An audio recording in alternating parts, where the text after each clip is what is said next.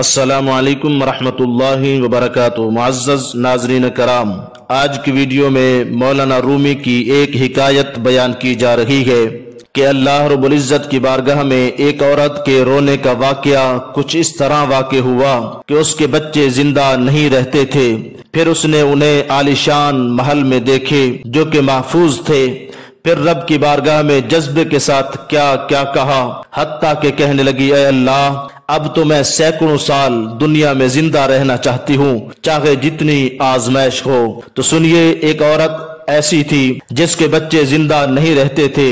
6 مہینے کے بعد اس کے بچے کو کوئی بیماری لگتی جس کی وجہ سے اسے موت آ جاتی۔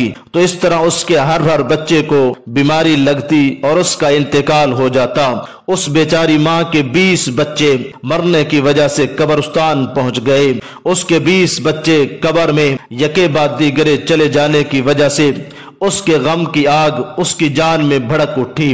چنانچہ غم کی ماری ہوئی وہ بیچاری عورت آدھی رات کو اٹھی اور اپنے رب کے سامنے سجدے میں خوب گر گرا کر روئی اور اپنا غم اور اپنے جگر کا خون آنسو کی صورت میں مناجات میں پیش کیا۔ سجدہ سے فارغ ہونے کے بعد وہ عورت سو گئی۔ پھر کیا دیکھتی ہے کہ خواب میں وہ جنت میں سیر کر رہی ہے اور اس نے وہاں ایک عالی شان اور خوبصورت محل دیکھا ہے جس پر اس عورت کا نام لکھا ہوا تھا، اور جنت کے باغات اور تجلیات سے یہ عورت خوش اور بے خود ہو گئی۔ اور اس کے بعد فرشتوں نے اس عورت سے کہا کہ اے عورت، یہ نعمت تو بڑی بڑی عبادات اور ریاضات اور بڑی محنتوں اور مشقتوں سے حاصل ہوتی ہے، لیکن تو کاغل اور سست تھی اور عبادات سے اس مقام کو نہ پا سکتی تھی، اس لیے اللہ رب العزت نے تجھے یہ مصیبت پہنچا دی ہے جس پر تو نے صبر کیا، جس کے عوض اللہ رب العزت نے تجھے یہ جنت اور عالی شان محل عطا فرمایا ہے۔ پھر اس عورت نے اپنے خواب میں وہاں اپنے سب بچوں کو بھی دیکھا۔ پھر اس عورت نے کہا، اے اللہ، یہ بچے میری نگاہوں سے تو اوجھل اور غائب ہو گئے تھے، مگر تیری نگاہ سے غائب نہ ہوئے، اب بھی محفوظ ہیں، یہاں تو سب کے سب موجود ہیں۔ اس کو خواب میں اس قدر خوشی اور دل کو تسلی اور اطمینان قلب ہوا تو اپنے جوش میں آ کر عرض کرنے لگی، اے میرے مولا، اگر تو مجھے دنیا میں سینکڑوں سال بھی اس طرح مصیبت اور پریشانی میں زندہ رکھے جس طرح کہ میں اب ہوں، تو اب مجھے کوئی بھی غم اور پریشانی نہیں ہوگی، بلکہ اب تو میرے اندر ہمت اور طاقت اور جذبہ پیدا ہو گیا ہے کہ اب تو اس سے بھی زیادہ میرا خون بہا دے، تب بھی میں تجھ سے راضی ہوں کہ جو تو نے انعامات مجھے عطا فرمائے ہیں یہ تو میرے صبر سے بھی کہیں زیادہ ہیں۔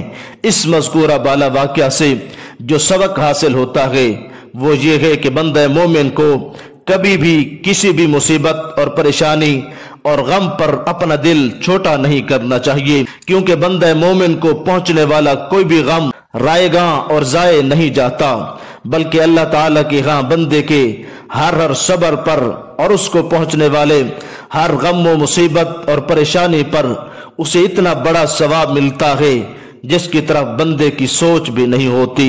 چنانچہ رب کی طرف سے جو بھی پریشانی آتی ہے وہ بطور آزمائش آتی ہے، اس میں انسان کو کوشش کرنی چاہیے کہ اس پہ صبر و استقامت کا مظاہرہ کرے۔